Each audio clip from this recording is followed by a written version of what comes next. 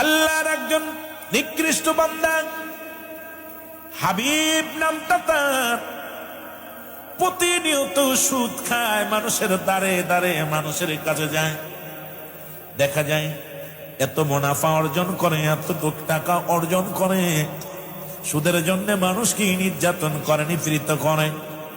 একদিন হঠাৎ করে সুদের টাকা আনতে যায়, দেখে রে ও যুবক বাবারা, বাড়ির ভিতরে বাড়িওয়ালা পালাইছে ভয়। বিবি ডাক দেখায়, ভাই রে হাবিব ভাই, আপনার কাছে ক্ষমা চাই, আজ 3টা দিন আমার বাচ্চারা অনাহারে আছে, কারণ আজ স্বামীর কোনো কাজ নাই, স্বামী কাজ পায় না, সন্তানের অনাহারে কাঁদে। ভাই আমাকে ক্ষমা করে, এ মাসের টাকাটা দিতে পারবো না, আমার আপনার কাছে মাপ চাই। আপনার ভাই বাড়ি থেকে পালায়া গেছে, কারণ এই আপনার টাকা দিতে পারবে না বিলে ভয়ে পালায়া গেছে। উনি জোরাজুরি করে ঘরের ভিতরে প্রবেশ করলেন, যা দেখে পাতিলের ভিতরে কিছু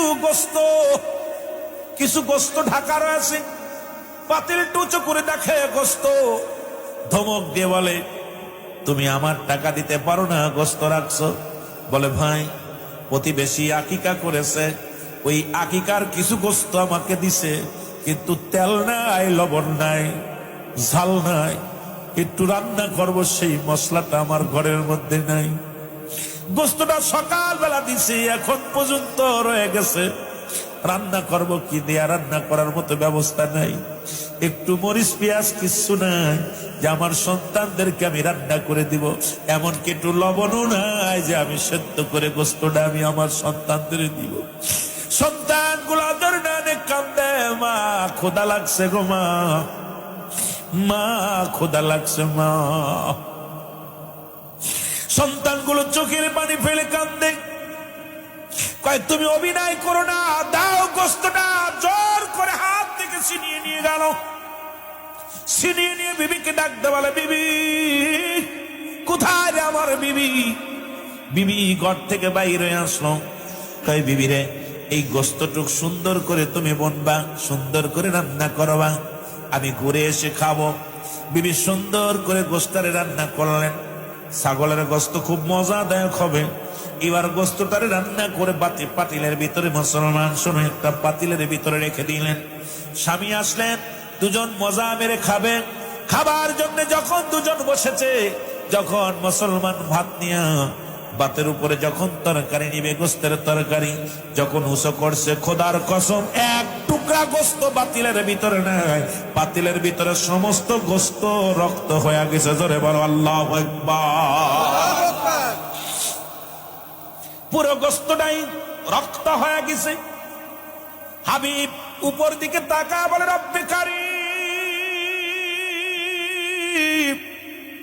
সাধারণ এই গোস্ত আমি জোর করে ছিনাই আনলাম, একটা মানুষের বরাতের জিনিস, এটা আমি জোর করে ছিনিয়ে নিয়ে এটা রান্না করলাম। সেই রান্না গোস্ত যদি তুমি রক্ত করে দিতে পারো, আল্লাহ আমি কত মানুষের কাছে জোর করে টাকা নিয়ে আসি, সুদের টাকা, সুদের কারবার করি, তুমি আমারে করবা কি আল্লাহ? ও আমার আল্লাহ, আমার উপায় হবে কি সেদিন?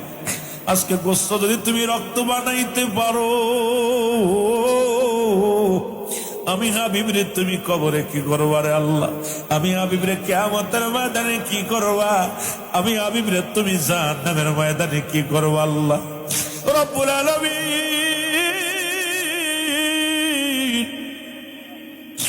আমি আর জীবনে কোনদিন সুদের কারবার করব না, আমি আর জীবনে কোনদিন সুদের কারবার করব না।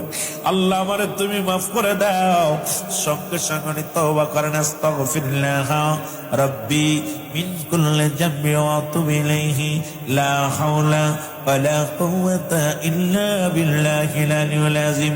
আশহাদু আন লা ইলাহা ইল্লাল্লাহু ওয়াহদাহু লা শারীকা লাহু, আশহাদু আন্না মুহাম্মাদান আবদুহু ওয়া রাসূলুহু। জোরে জোরে চিল্লায়া বলা যাবে না মারহাবা?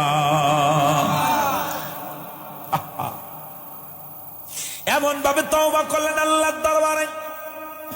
রব্বি কারীম তওবা কবুল করে ফেললেন, পিছনের সব গুনাহ থেকে তওবা করলেন। আল্লাহ, আমি আর পিছনে যত গুনাহ করেছি সামনে একটা গুনাহও করব না, আমাকে তুমি মাফ করে দাও।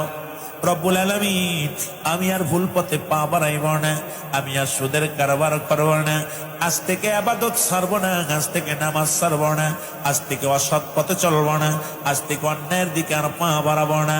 রব্বুল আলামিন এমন ভাবে খুশি হয়ে গেলেন, এমন ভাবে ইবাদত বন্দেগী করার পরে এই পৃথিবীর মধ্যে সুদখোর হাবিবকে আল্লাহ রব্বুল আলামিন এই পৃথিবীর মধ্যে আল্লাহর ওলি বানায়া দিয়েছে।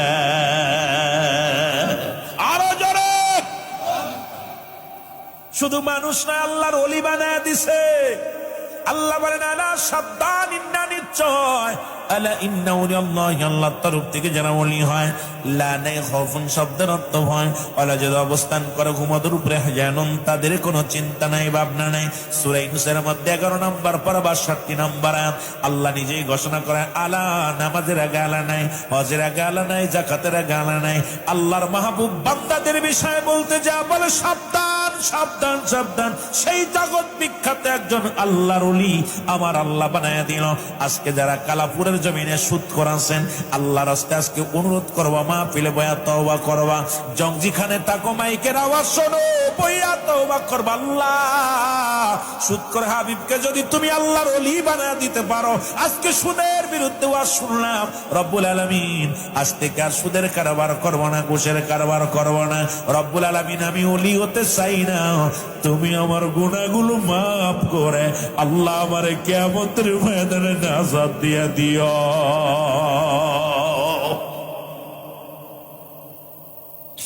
আমার ভাইরা